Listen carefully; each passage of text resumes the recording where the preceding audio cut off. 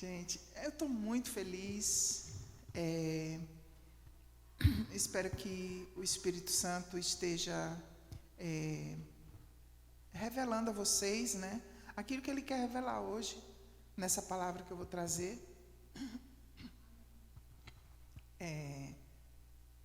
Eu estudei psicologia, né, falar sobre esse tema de narcisismo, mas assim, eu não estou falando como psicóloga, eu estou falando apenas como uma irmã em Cristo, amém? As coisas que eu percebi e que sempre me impressionou, né, especialmente na vida de Saul. Esse traço, o narcisismo, não se encontra somente na vida de Saul. Na Bíblia tem muita gente que teve esse problema, que ele teve, né, com esses traços narcisistas, né? Mas hoje eu moro em Fortaleza, né? Vocês são bem-vindos a estar nos visitando lá, né? E tenho 5 filhos maravilhosos, assim, todos como a Graciele. Deus é bom demais para mim, não é? Porque uma já é boa, imagine 5. Deus sobejou na minha vida. Sobejou na minha vida. Meus amados, eu não sei nem por onde começar, porque esse assunto ele é muito sério. Muito sério. Às vezes, assim, de ver o sofrimento de Saul no narcisismo, me dá uma tristeza profunda, né? Mas, assim, nós estamos olhando para isso aqui como tendo um Deus soberano, né? Porque o narcisismo, ele pode ser apenas uma característica. A pessoa tem, nossa, como você é narcisista, só vive se olhando no espelho, só vive tirando selfie, né? Se for por aí, eu sou a primeira, né? Porque eu adoro tirar selfie. Eu só não tiro mais porque eu fico com vergonha, que o pessoal vai perceber que eu sou muito narcisista. Enfim, mas não sei por que Deus mandou eu colocar o título dessa palavra de narcisismo antibíblico. Se Ele me revelar até o final da palavra, eu explico. Tá bom? Porque a gente, como eu já disse, né? A gente conhece a história de Narciso, que se encantou com a sua imagem na água e afundou, né? Então, usado esse mito de Narciso aí foi levado para a psicologia, e existe o chamado distúrbio de personalidade narcisista, né? Que é uma doença mental também. Dependendo da gravidade, vai no espectro, né? Apenas um traço, aí daqui um distúrbio de personalidade, uma característica forte de personalidade, pode virar pode ser uma doença mental mesmo, uma espécie de insanidade, né? Mas também, com as pesquisas mais recentes, irmã Ivanildes, que é a nossa especialista em neuro, né? As pesquisas de imagem que são feitas, pesquisas neurológicas, né, estão apontando fortemente para o fato de que o narcisismo pode ser uma doença neurológica também, né? As pessoas que são diagnosticadas, existem pelo menos uns 3 tipos de testes que você pode diagnosticar se você tem ou não essa doença. Estou falando do narcisismo como doença, né? Também não fiquem impressionados, né? Porque às vezes a gente ouve a descrição de uma doença e todo mundo que a gente vê, olha, você é narcisista, tá? Não fiquem impressionados, né? Eu vou evitar isso daí, mas enfim, no cérebro de uma pessoa diagnosticada como narcisista, existe uma região da massa cinzenta que é responsável pela empatia, que é muito diminuída, né? E de fato, uma pessoa narcisista é uma pessoa com pouca empatia, mas de uma maneira séria. Tem gente que não tem muita empatia, mas a dificuldade do narcisista é pior. E também existem detalhes na região que controla o pensamento voltado para si mesmo. Olha que interessante, né? Gente, eu gosto muito de ciência e principalmente de neurociências. Eu sei que Deus vai revelar muita coisa ainda sobre por meio dessas ciências. Já está usando essa serva poderosa aí, né? E Deus vai revelar para ela, como eu já disse, o que nem a ciência sabe ainda. Deus vai fazer, como é que diz a música? Como é que diz? Deus vai fazer o que nunca foi. O que nem um homem fez e que através da sua vida, das nossas vidas. Amém? Deus, gente, pensando que Deus está aqui para brincadeira. Ele vai surpreender sempre, sempre, né? E aliás, a gente sabe que a ciência vai se multiplicar. Mas por que eu acho isso importante? Porque às vezes nós olhamos para as pessoas e nós julgamos as pessoas. Nós não sabemos que, inclusive, o narcisismo ele tem um componente genético também. Sabe o que é isso? A pessoa ter no seu DNA uma propensão ao narcisismo? Isso é muito grave. É muito doloroso, né? Assim como existem em outros casos de outras doenças mentais também. Inclusive, irmãos, eu fiz um teste de DNA. Aí me investigaram geneticamente, de cabeça para baixo, cabeça para cima, de todo jeito. E eu fiquei impressionada, porque até essas coisas assim de emoções, de personalidade, eles identificam. Eles identificaram, por exemplo, que eu tenho uma propensão ao alcoolismo. Isso eu já sabia. Geneticamente, né? Nunca realmente entrei nessa, graças a Deus. Mas eu podia ter entrado, tá entendendo?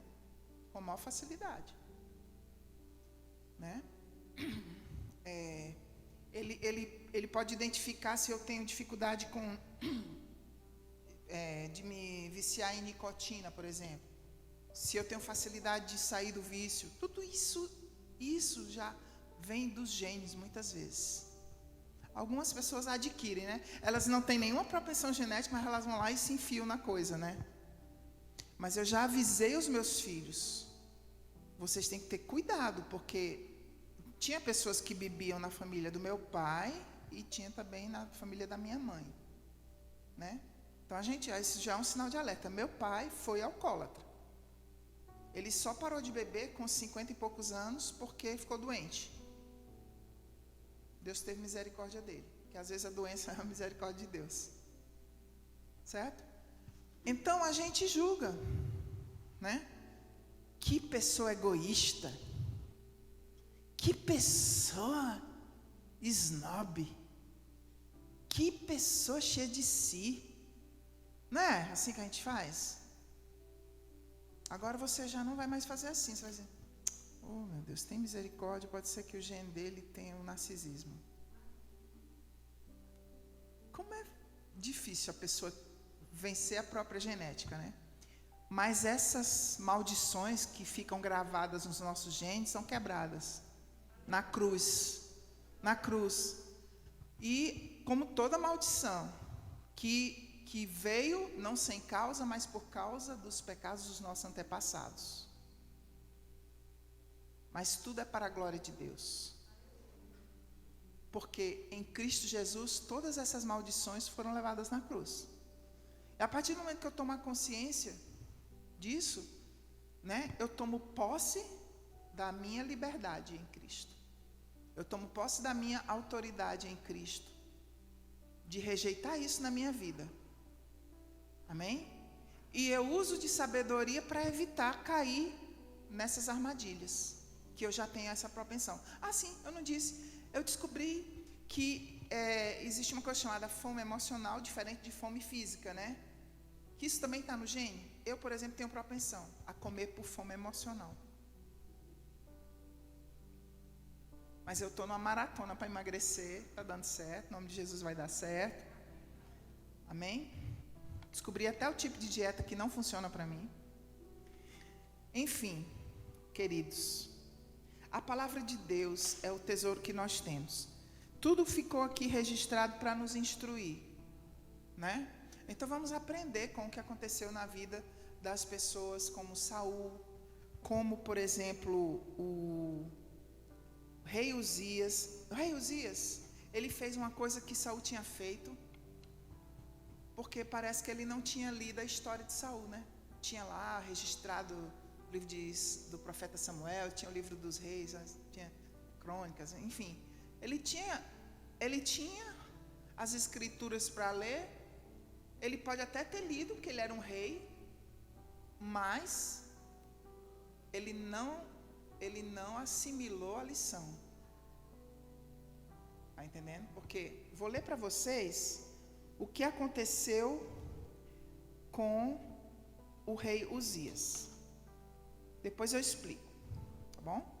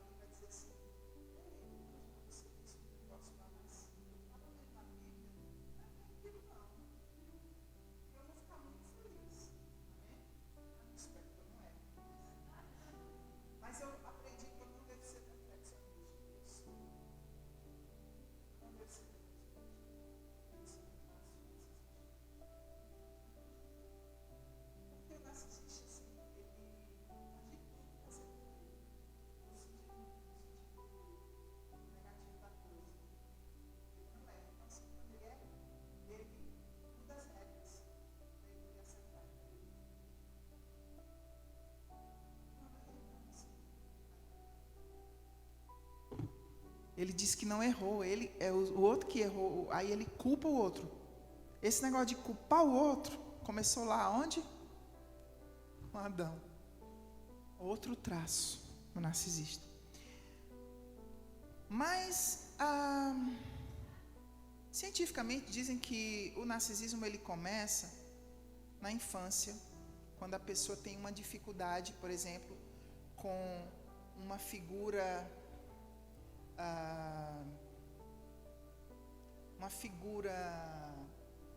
tipo o pai ou a mãe, figura que cuida, né?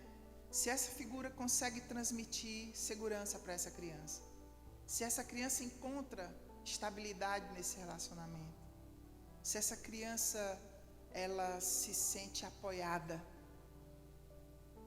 se ela tem segurança, né, de que, por exemplo, né, depois de 2 anos, quando ela começa a se separar mais da mãe, né, se a mãe vai continuar apoiando ela.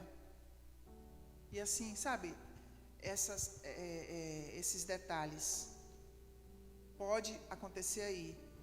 Pode acontecer também que uma criança, ela foi maltratada. Ela não tinha o que ela precisava, ela não tinha palavras de afirmação, ela tinha palavras de maldição. A criança se sentia um peso, a criança era um incômodo para os pais.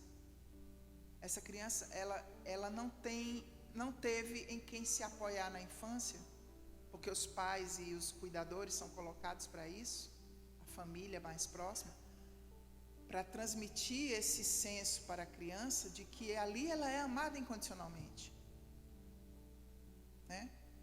Então, faltou isso na vida dessa criança. Ou ela foi abusada sexualmente, ou verbalmente, ou ela foi torturada psicologicamente de alguma forma.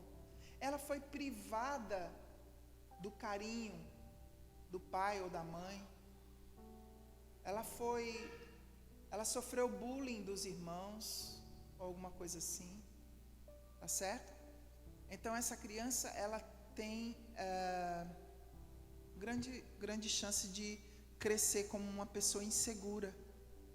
E a insegurança está na raiz do problema do narcisismo, que é aquela pessoa que está sempre aparentando, né, muito poder e muito sucesso e muito bem-estar, quando no fundo ela é a pessoa mais insegura da face da terra. Isso não precisa acontecer só na infância, isso pode acontecer também em outros relacionamentos traumáticos, né? A pessoa pode se tornar uma pessoa insegura também. Então, vamos ver o que acontece a pessoa quando ela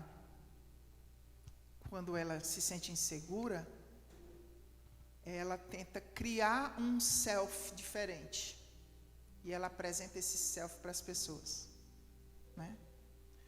Ou ela mesma olha para si como um ídolo, a imagem ideal, né? E ela então se torna uma pessoa orgulhosa. A gente tem a impressão de que uma pessoa é orgulhosa porque ela se acha, né? É o contrário. Ela sabe que ela não é quem ela gostaria de ser, entendeu? E ela não se conforma com isso. E ela não sabe como ser quem ela gostaria de ser, né? É muito fácil a gente dizer assim: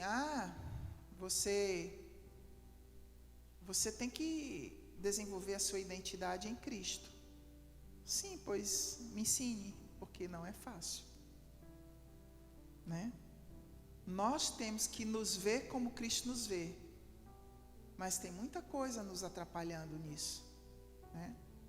Então, voltando aqui, o que acontece, por exemplo, como aconteceu com Uzias, em 2 Crônicas, capítulo 26, versículo 16, ele estava indo muito bem, e Deus ajudava ele nas guerras. Aí, quando, diz o versículo 15, aliás, né? Que o seu nome se espalhou muito longe, porque ele foi maravilhosamente ajudado, até que se tornou forte.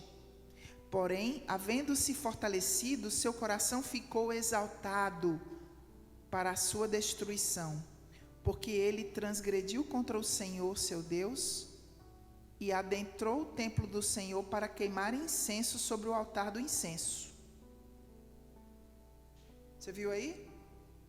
Às vezes quando a pessoa, ela às vezes é bem humilde, mas aí ela consegue obter sucesso, aí de repente ela se torna arrogante, ela esquece que ela subiu ali porque Deus ajudou, né? Aí o que aconteceu? Azarias, o sacerdote, entrou após ele, e com ele 80 sacerdotes do Senhor, que eram homens valentes. E eles resistiram a Uzias, o rei, e disseram-lhe: não compete a ti, Uzias, queimar incenso para o Senhor, mas aos sacerdotes, aos filhos de Arão, que são consagrados para queimar incenso. Sai do santuário, porque tu transgrediste, e tampouco isso será para a tua honra da parte do Senhor Deus. Se ele fosse uma pessoa normal, ele teria: meu Deus, é mesmo? Eu esqueci, eu li isso nas escrituras e teria saído, obedecido aos sacerdotes, que ele sabia que os sacerdotes aqui eram autoridade ali. Mas não, o que ele fez? Ele se irou. Então Uzias ficou irado e tinha um incensário na mão, e a ira dele se tornou física. Tinha um incensário na mão para queimar incenso, e enquanto estava irado com os sacerdotes, né? Eu imagino ele pegando aquele incensário e continuando a fazer o que ele estava fazendo, com a ira dele. Nasceu-lhe a lepra na sua testa diante dos sacerdotes na casa do Senhor, do lado do altar de incenso. E todos os sacerdotes olharam para ele, e eis que ele ficou leproso na sua testa, e o empurraram para fora dali. Sim, ele mesmo se apressou em sair, porque o Senhor lhe havia ferido. E o rei Uzias ficou leproso até o dia da sua morte, e sendo um leproso, habitou em uma casa separada, porque ele foi cortado da casa do Senhor. E Jotão, o seu filho, esteve sobre a casa do rei, julgando o povo da terra. Tá certo? Esse comportamento que a gente viu aqui em Uzias é típico de uma pessoa que faz as suas regras e não admite quando erra. E quando você confronta, ela se ira com você, em vez de se humilhar, né? Em vez de abaixar a Cristo. Então ele fez uma coisa que custou o reino de Saul também. Porque Saul, se você ler lá em 1 Samuel 13, ele desobedeceu pela primeira vez abertamente a Deus, certo? Eu vou ler para vocês aqui, 1 Samuel 13.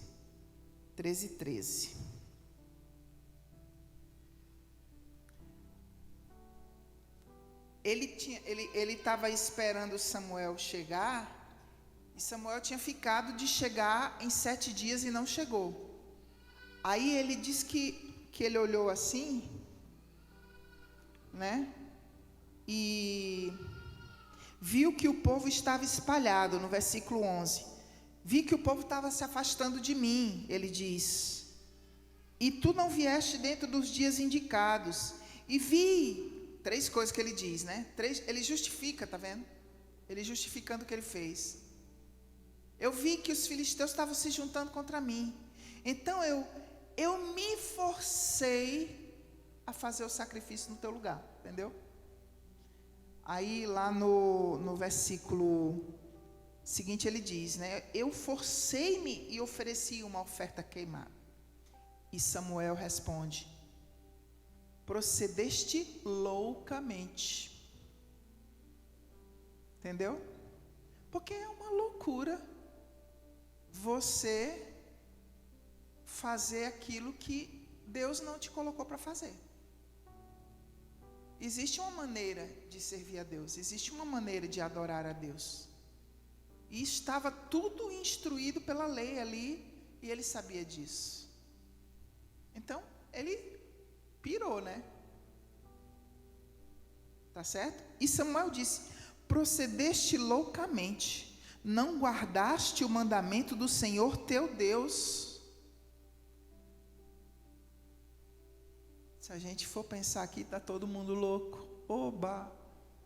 Porque tem muita gente que não está guardando os mandamentos do Senhor Deus. Não guardaste os mandamentos do Senhor teu Deus, o qual te ordenou. Porque quando Deus ele dá um mandamento, não é uma opção. E nós temos muita facilidade de encarar as coisas que Deus nos instrui como opcionais. Não estou a fim de fazer, eu prefiro fazer de outro jeito, né? Aí ele disse: pois agora o Senhor teria estabelecido o teu reino sobre Israel para todo o sempre. Porém, agora o teu reino não continuará. o Senhor procurou para si um homem segundo o seu próprio coração.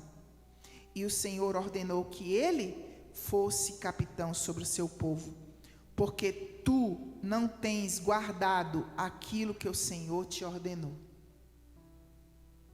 Deus substitui. Ninguém é insubstituível, não. Tem gente que pensa que um presidente, só porque ele usa o nome de Deus, ele é insubstituível. Ninguém é insubstituível. Somente uma pessoa que tem algum problema, algum distúrbio como esse que Saul tinha, pode tratar as coisas de Deus assim. Então Saul ele tinha sido escolhido, né? É interessante que ele vinha de uma família onde o pai dele o nome do pai dele, da tribo de Benjamim, a Bíblia diz que era um homem poderoso e influente, né? Mas a visão que ele tinha de si, e a Bíblia diz que Saul era um homem, era um jovem poderoso e um bom jovem, um jovem bonito, belo, né? Era alto. Mas alguma coisa faltou, ninguém sabe onde foi que tudo isso começou, né? Não, eu também não descarto, tá? Eu também não descarto a possibilidade, digamos assim, que ele não tenha sido abusado na sua família de origem. Ele pode ter desenvolvido esse narcisismo depois. E também não descarto a questão de uma questão ser puramente espiritual, né? Porque não tem nada de bom no narcisismo.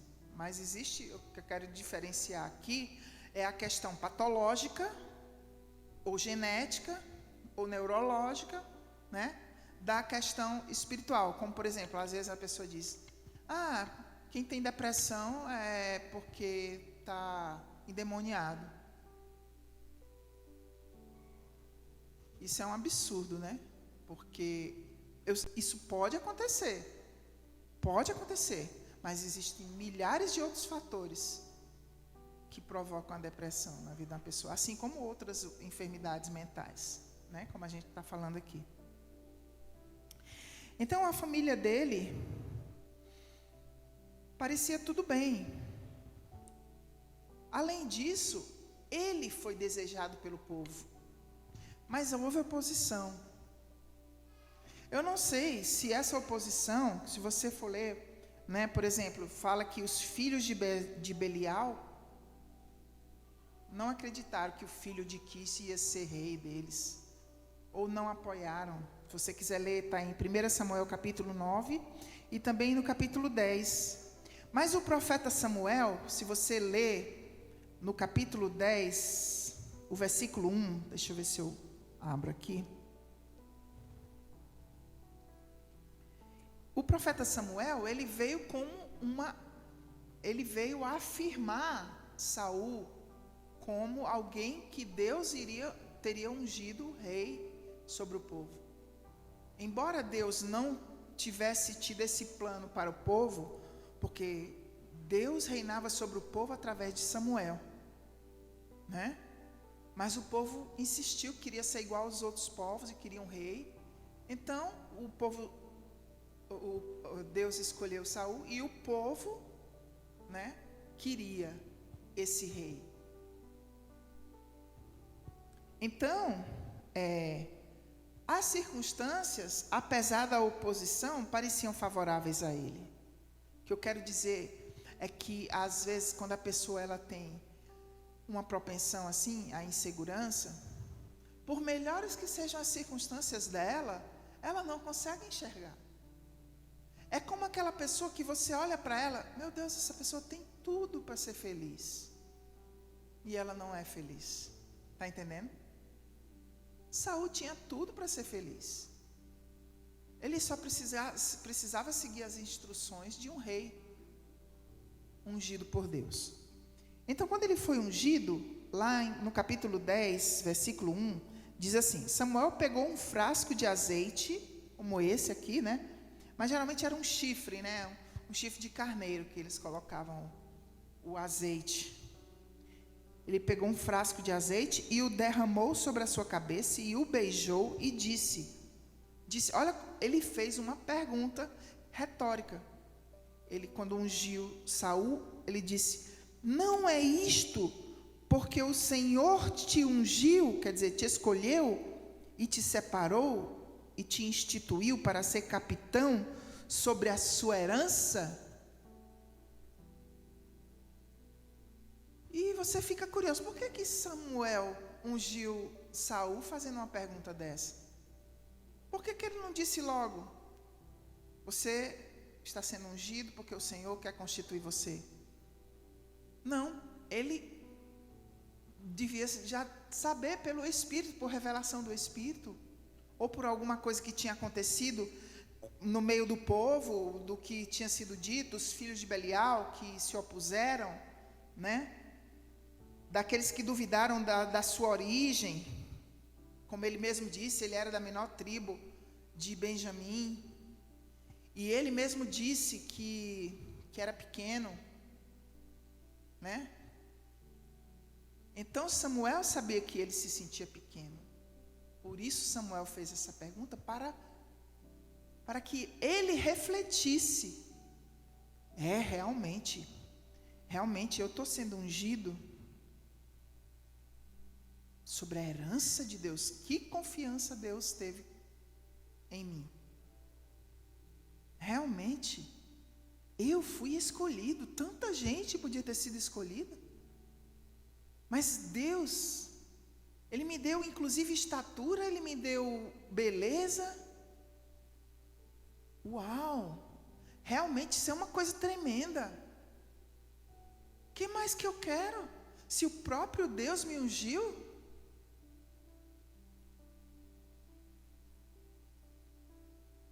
É ou não é? Mas Samuel fez uma pergunta: não é isto que eu estou fazendo aqui com você, Saul, uma prova de que você é especial, de que eu te amo, que Deus te ama, que você está sendo colocado numa posição de alta confiança sobre a herança de Deus. Você vai ser um rei. Sabe o que é isso? Um rei no lugar de Deus, porque é Deus, eu era o rei, Deus poderia dizer para ele, e eu estou permitindo que você seja rei. Que coisa incrível! Quantas vezes Deus não faz assim com a gente, e a gente nem, obrigada. Que coisa tremenda, nós também fomos escolhidos. E temos a unção do Espírito. Somos um reino sacerdotal. Somos uma nação santa. Todos nós. Hoje não tem esse problema, só quem pode oferecer é o sacerdote. Existe uma questão de ordem na igreja, é claro. Existe a liderança. Mas, e isso deve ser respeitada, mas em termos de chamado, Deus chamou a todos nós hoje. Todos nós temos um chamado missionário, um chamado ministerial, né? Todos nós somos devidamente capacitados pela unção do Espírito Santo em Deus. Podemos nos considerar pessoas favorecidas por Deus, pessoas ungidas, escolhidas por Deus. E Deus tem uma obra para cada um de nós. E Deus vai cumprir esse propósito na nossa vida. Amém? Mas agora, ele desobedece. E depois disso, com certeza ele ficou com a pulga atrás da orelha.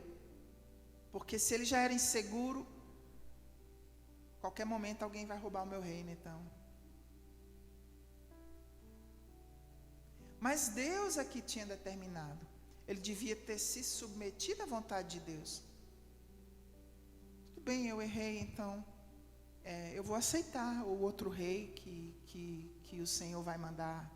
Mas não. Ele teve a loucura de se opor e perseguir o outro rei. E tudo começou não, a gente está vendo que já começou faz tempo, né? Mas a perseguição dele ao seu sucessor, né?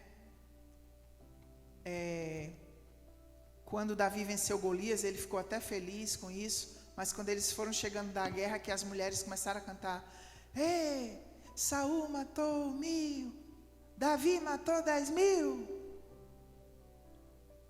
Isso era uma poesia, né? Na verdade, pode representar a questão de superlativo. Davi tinha matado mais, mas não, na verdade, Davi matou só Golias. Por causa da morte de Golias, aí o exército de Saul, juntamente com Davi, matou os 10 milhares, está entendendo? Mas aquilo ficava bem, é a minha maneira de ver, ficava bem na música. Quando a gente vê no Salmo 90, 1000 cairão a teu lado, 1000 cairão à tua direita, 10.000 à tua esquerda, mas tu não serás atingido, né? O que eu vou fazer? Eu vou me virar para a esquerda, porque da esquerda vai cair mais gente do que da direita? Está entendendo? Né? É apenas uma expressão, né? Mas Saul ficou irado com isso. Aliás, a ira é um problema sério do narcisista, ele não tem controle. Porque ele não pode ser contestado. Ele não pode. Porque ele não tem estrutura para isso. E não adianta você ficar, vou confrontar aquele cara ali, porque ele precisa ouvir umas verdades. É inútil. Não é assim, entendeu? Isso, como vocês estão vendo aqui, a coisa é tão grave, que você tem que ir com oração e jejum, e tem que saber se vale a pena mesmo confrontar ou não, né? Aí, vamos continuar. No capítulo 15, ele vai desobedecer de novo. Porque dessa vez, olha só, Samuel chegou para ele de novo e lembrou a ele da unção dele. Samuel já tinha dito que ele não ia ficar eternamente no reino. Mas Samuel falou para ele, quando ele chegou, Deus trouxe outra instrução para ele. Samuel, no capítulo 15. Samuel disse a Saul: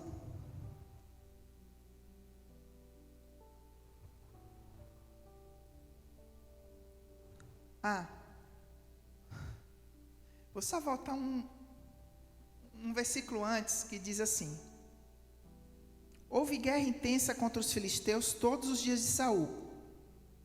E quando Saul via qualquer homem forte, ou qualquer homem valente, ele o tomava para si.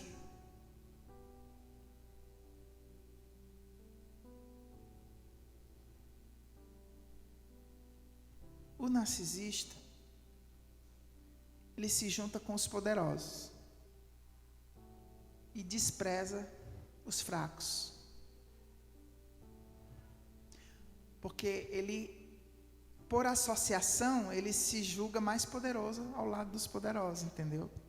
Então ele tem uma necessidade muito grande disso. Tanto ele tem necessidade de ser muito elogiado, como ele tem muito medo da deslealdade. E ele está sempre suspeitando de conspiração. Porque ele é um conspirador, ele é um manipulador. Tá certo? Só um parênteses. Bom, aí Samuel disse a Saul: o Senhor enviou-me a ungir-te para seres reis sobre o teu povo, sobre Israel. Lembrou a ele, não foi? Agora, portanto, atenta à voz das palavras do Senhor. Aí vai dar uma outra instrução: vai lá e mata os agagitas. Ele foi lá e poupou o rei agagita e ainda trouxe alguns animais nos despojos. Aí a palavra do Senhor veio a Samuel depois disso, e o Senhor disse: arrependi-me de haver estabelecido Saul como rei, pois ele virou as costas para mim. Preste bem atenção.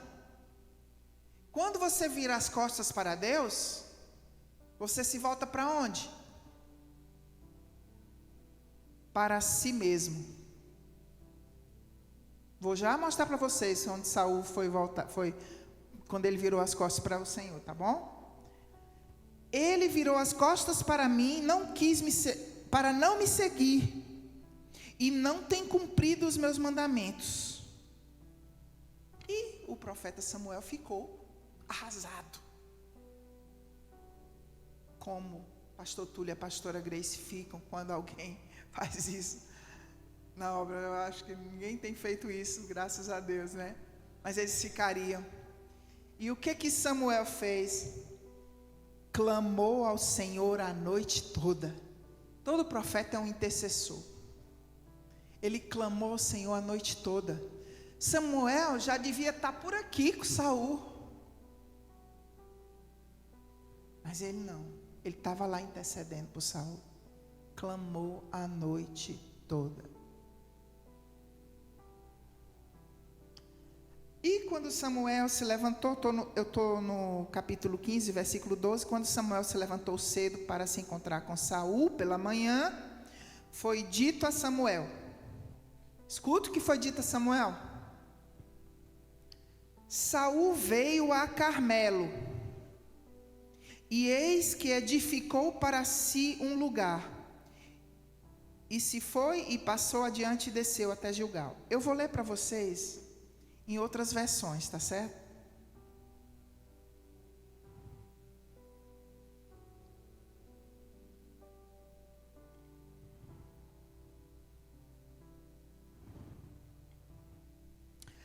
Essa versão aqui é a King James, né?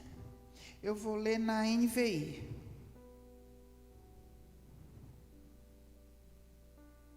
Saul foi para o Carmelo, onde ergueu um monumento em sua própria honra. E depois foi para Gilgal. Agora eu vou ler na Nova Almeida atualizada.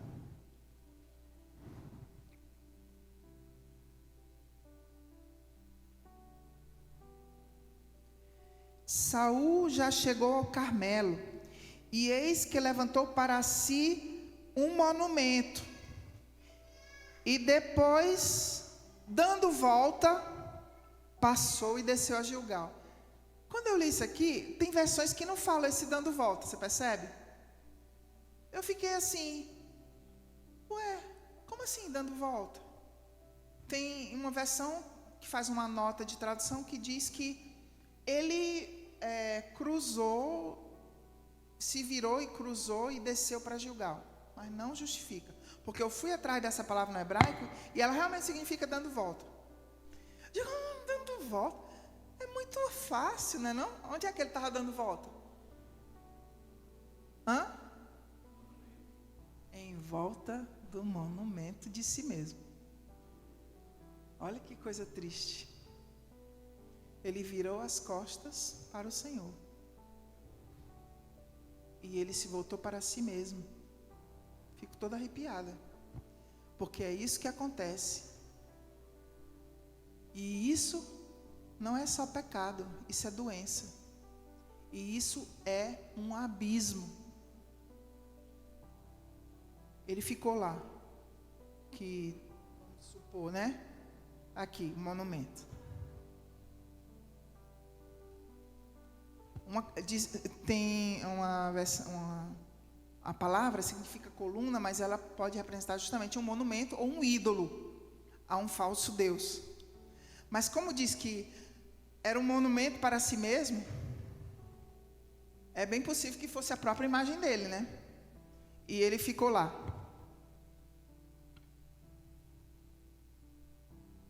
Que maravilha! Uau! Olha que ângulo! Que perfeição eu sou! Venci os agaguitas, venci os filisteus, eu mereço. Todos vão ver que rei que eu sou. Virou um político, né? Que tristeza, não? A gente dá risada. Mas é para chorar, gente. É para chorar. Eu sempre me arrepiei quando eu passei por essa passagem aqui. E eu nunca tinha ouvido uma palavra sobre isso, viu, irmãos? Foi realmente Deus que me levou a fazer isso. Então, Samuel fez o quê? Vamos ver o que Samuel disse.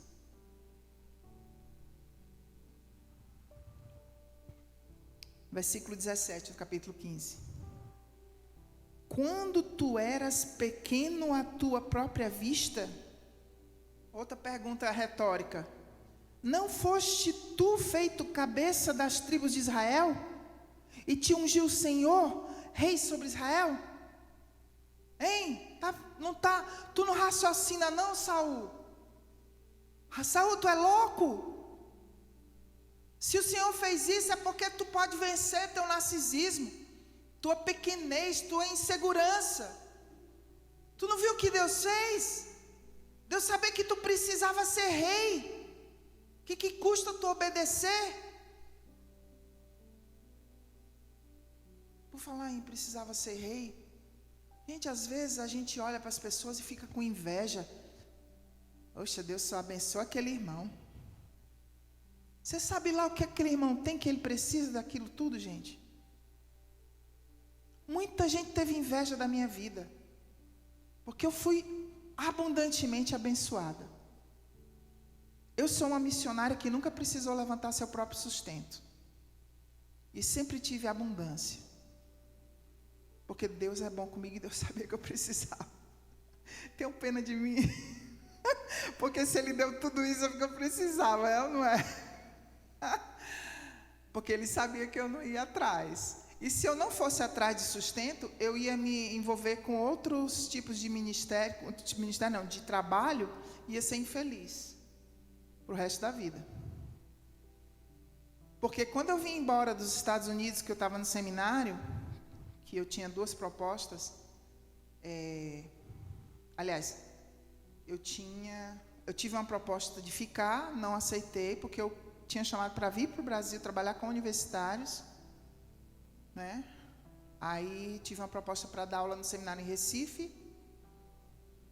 Fui entrevistada também para vir como missionária em Minas Gerais, na Universidade Federal de Viçosa, né?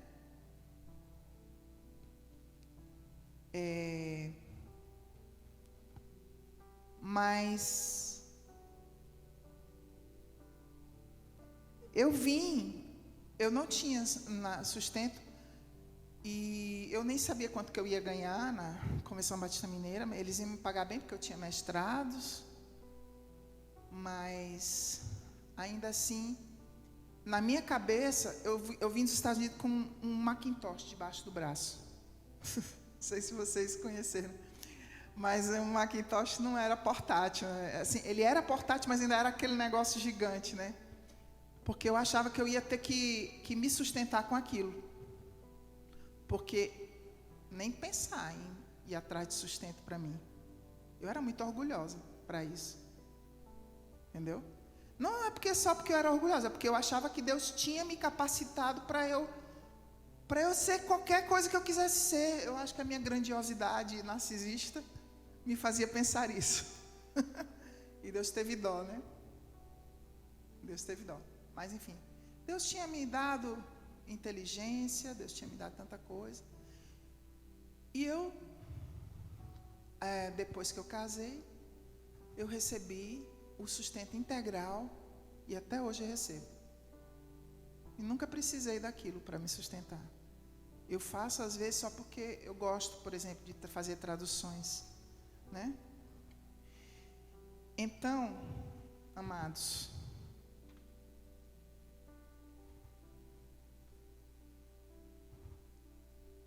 a gente vê, né, em Saul a sua insegurança, seu nervosismo, seu estresse, sua ira, que se tornou uma ira assassina, né? Porque ele foi de ficar impaciente com Samuel, não esperar Samuel, de ser atrevido com Deus, de ficar nervosinho com a música das mulheres,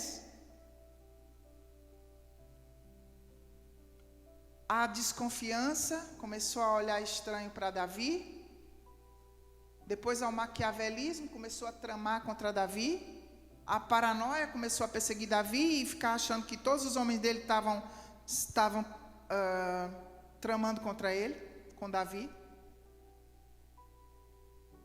Chegou a matar mais de 80 profetas, porque um homem tinha dado abrigo a Davi, tinha dado comida,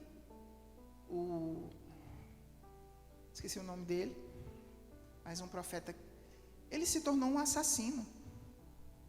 E o narcisista, o narcisista sério mesmo, grave, ele tem tendência criminosa mesmo, porque as regras são ele que dita. Ele não se submete a nada que se interponha ao seu plano de grandiosidade, de mais poder, de mais perfeição e de toda essa doença. Quando ele estava perseguindo Davi,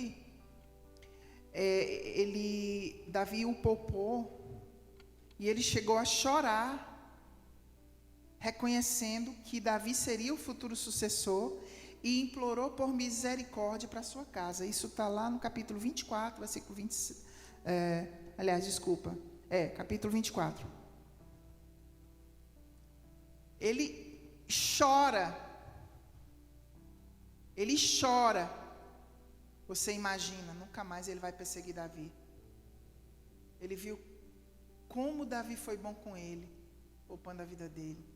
Davi não está atrás dele, mas, irmãos, a paranoia dele continuou, e ele continuou perseguindo Davi. Mais uma vez, lá no capítulo 26, versículo 21, Davi poupa ele, e ele parece se arrepender. Mas Davi acreditou nisso? Diz que Davi fugiu. Versículo 21 e 25. Quando a gente lida com pessoas assim, a gente tem que ter muita cautela, viu, irmãos? Como eu já disse, a pessoa realmente é perigosa, porque ela não mede consequências. Ela destrói a sua reputação se ela precisar se exaltar a si mesma por alguma causa dela. Se ela lhe agrada ou se ela lhe trata bem, é porque ela tem um plano para si mesma por trás daquilo. Claro, irmãos, que eu estou falando aqui de uma pessoa como Saul, uma pessoa que não obedece os mandamentos do Senhor, uma pessoa que se acha melhor do que os profetas, uma pessoa que acha que por ser rei ela pode tudo. Eu estou falando de uma pessoa assim. Eu não estou falando de uma pessoa que tem essa doença, mas ela tem a graça de Cristo na vida dela. Isso faz toda a diferença. Por mais que ela lute a vida toda, como por exemplo, uma pessoa, ela pode ter uma carga muito forte, seja emocional, seja psicológica, seja qual for. Por exemplo, para viver no homossexualismo.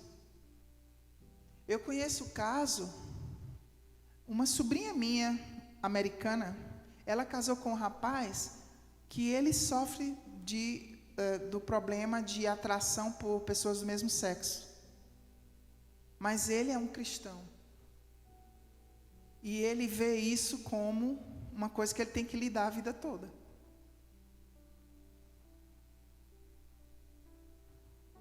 Né? Ele não vai dizer, não, se eu sou assim, sei lá, não tem prova nenhuma que está na genética, né? Mas é mais forte do que Eu sou narcisista mesmo. Quem quiser que me aguente.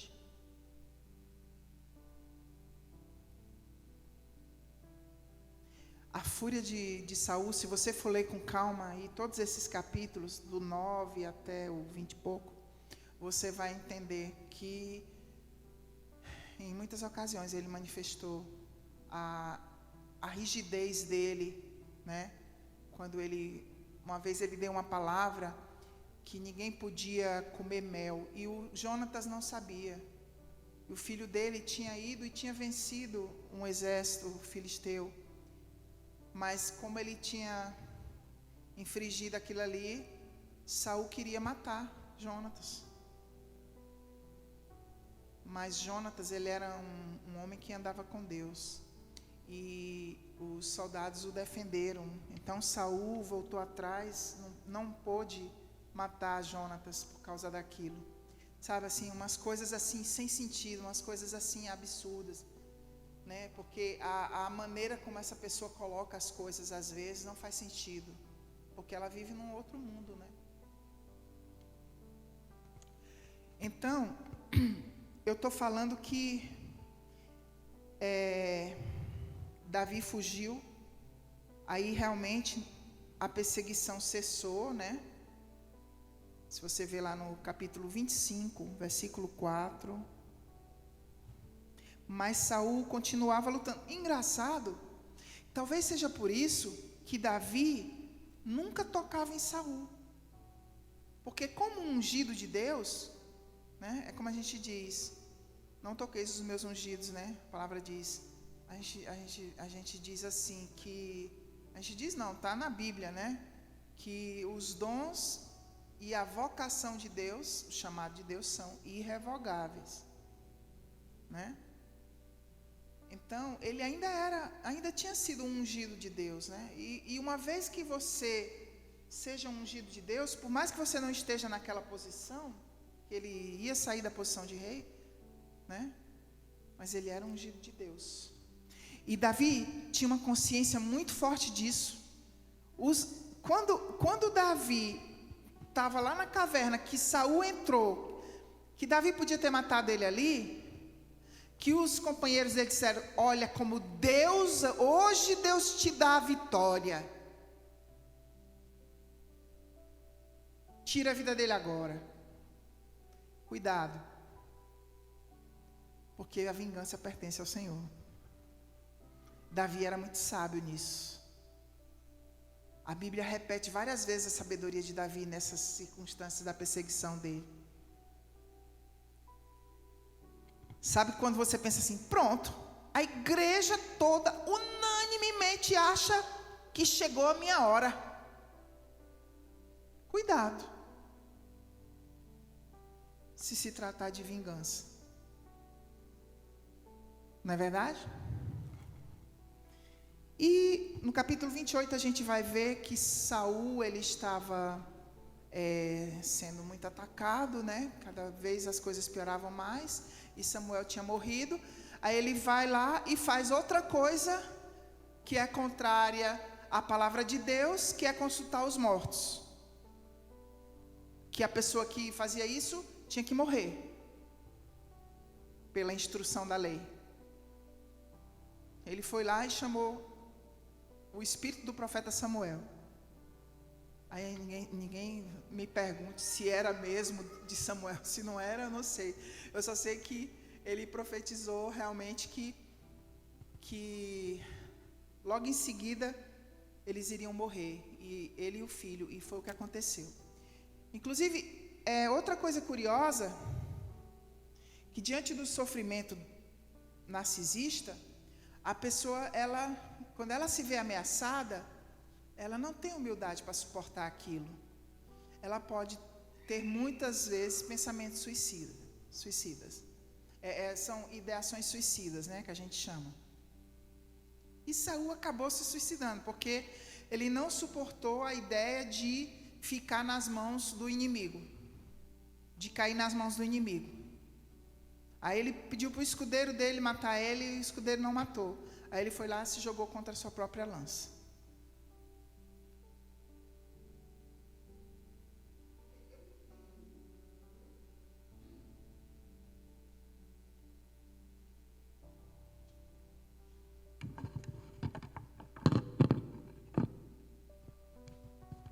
eu entendo que o problema da ideação suicida é um problema real.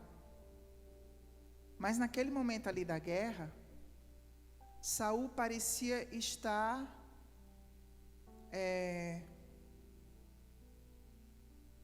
em si. Acredito que muita gente tira a própria vida porque está fora de si. Eu tenho uma pessoa próxima que fez isso. Porque o pensamento suicida é assim, a pessoa tem um entendimento da situação em que ela se encontra. Ela raciocina sobre a situação em que ela se encontra. Mas aquele raciocínio leva ela a um beco sem saída. Mas ela pensa, eu já analisei por todos os ângulos. E pela lógica não faz sentido eu continuar vivendo. Porque eu não vou suportar isso. Eu já tive uma experiência de crise de pânico. E Deus me mostrou isso claramente. Uma sensação horrível. Mas graças a Deus que eu estava assim, em oração, em jejum, em adoração. Em jejum acho que eu não estava. Mas assim, a gente vence muita coisa quando a gente está em jejum, né? E quando a gente está em adoração e em oração. E Deus me mostrou, existe uma outra maneira de raciocinar. Não existe só essa. E no meio dessa crise de pânico que eu tive, eu simplesmente parei. Eu digo, chega, não vou mais usar minha cabeça. Eu não quero resolver nada, eu não quero entender nada, eu só vou descansar agora. E esperar Deus fazer a obra. Deus pelejar por mim. Eu sei que eu estou no meio de uma guerra, mas eu não sei nem o que pensar, quanto mais o que fazer para me defender. Amém? Então, que Deus possa lhe capacitar cada vez mais a entender, né? Eu entendo que o narcisismo ele é antibíblico, mas eu entendo que quando você está consciente e quando Deus lhe capacita para vencer, quando Ele lhe revela as suas fraquezas, Ele nunca deixa você sem a sua força, sem o poder do seu Espírito, sem a sua graça, e Ele diz, a minha graça te basta. A minha graça te basta. Então, o meu conselho, se você tem alguma dificuldade, pode ser outro tipo de problema, né? Mas pode ser alguma coisa que você diz assim, não, isso é muito estranho, eu não consigo vencer isso. Isso pode ser que esteja no meu gene, pode ser que seja uma maldição, pode ser por causa dos pecados meus antepassados, você não entende, você vai lá e conversa com seus pastores. Eles fazem uma oração de quebra de maldição. E se você precisar de acompanhamento, eu sou acompanhada por psicólogo e psiquiatra e não tenho vergonha de dizer isso. Eu teria vergonha de dizer, eu já tive várias crises de ansiedade e depressão, até uma de pânico, e nunca me cuidei. Por quê? Eu tenho que zelar pelas pessoas ao meu redor. Eu tenho que dar o melhor que eu puder dar, né? Então eu faço isso por amor a eles. E por amor a mim também. Amém? Irmãos, muito obrigada, Deus abençoe.